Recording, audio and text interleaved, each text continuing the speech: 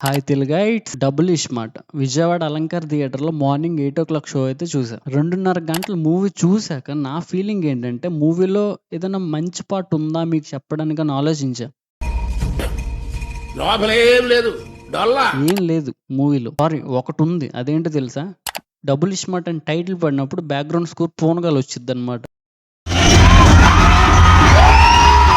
పోనీ రామ్ క్యారెక్టరైజేషన్ బాలేదంటే, బావుంది. సేమ్ 'ఇస్మార్ట్ శంకర్‌లో' ఎలానో ఉంది, ఇక్కడ అలానే ఉంది. కానీ అక్కడ కనెక్ట్ అయినట్టు ఇక్కడ కనెక్ట్ అవ్వం. అవునా? అబ్బా. ఇంక 'సంజయ్ దత్' గారినైతే మన టాలీవుడ్ రెగ్యులర్ రొటీన్ రొట్ట విలన్ అయితే చేసేసారు దీంట్లో. ఇంక సినిమా మొత్తం I am the big bull, I am big bull అంటూనే ఉంటాడు. ఎక్కడ కూడా ఆయన ఇంపాక్ట్ అయితే కనీసం కూడా అనిపించదు. ఇంకా హీరోయిన్ క్యారెక్టర్ ఎందుకుందో తనకే తెలీదనమాట. కానీ మనకు తెలుసు. ఎందుకు తెలుసా? తన అందాలు చూపెట్టడానికి. 'ఇస్మార్ట్ శంకర్‌కి', 'డబుల్ ఇస్మార్ట్‌కి' తేడా ఏముండదు. సేమ్ టెంప్లేట్‌లో ఉంటది. Same songs, same background music. కానీ ఒకే ఒకటి మదర్ సెంటిమెంట్.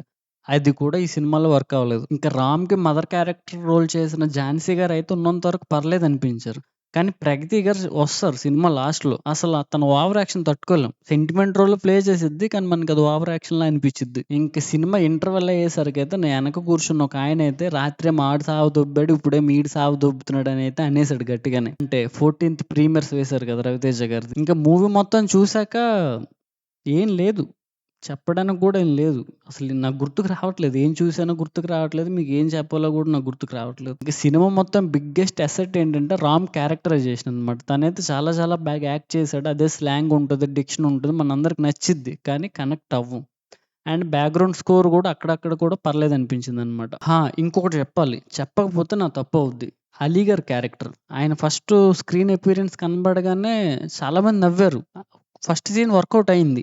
నాకైతే అంతకేం అనిపించలేదు. సెకండ్ సీన్ కూడా చాలా మంది నవ్వారు థియేటర్‌లో. నేను నవ్వలేదు. మూడో సీన్ నుంచయితే నేను కాదు కదా! అసలు థియేటర్‌లో ఎవరు నవ్వలేదు. అవన్నీ ఒకప్పుడు పండినయి. మెయిన్ స్టోరీ నుంచి డీవియేట్ అయ్యి సెపరేట్ కామెడీ ట్రాక్స్ పెట్టి వాటిని పండించే రోజులు పోయినియి. ఇప్పుడవి వర్క్ అవ్వట్లేదు. అండ్ ఈ సినిమాలో కూడా అలీ గారి character I don't know why it exists అనమాట. అసలు మెయిన్ స్టోరీకి ఎలాంటి సంబంధం ఉండదు. ఈ సినిమాని చూడాలా వద్దంటే రామ్ గారి ఫ్యాన్స్ ఉంటే వెళ్లి చూడండి. ఎందుకంటే మిమ్మల్ని నమ్ముకునే సినిమా తీస్తారు గనుక. ఇంకా కామన్ ఆడియన్స్ చూడాలా వద్దా అంటే సారీ, ఐ డోంట్ రికమెండ్. ఎందుకంటే మూవీ అలా ఉంటది. తిట్టుకుంటారు. రికమెండ్ చేసి చూడండి అంటే తిట్టుకుంటారు ఖచ్చితంగా. సో అంతే రివ్యూ. 'మిస్టర్ బచ్చన్' రివ్యూ కూడా పెట్టా మన ఛానెల్‌లో. దయచేసి చూడండి. 2 ఒకేలా ఉంటాయి. 2 పెద్ద రాడ్‌లే. మీకు ఈ కంటెంట్ నచ్చినట్లయితే సబ్స్క్రైబ్ చేసుకోండి. Thank you. Bye everyone.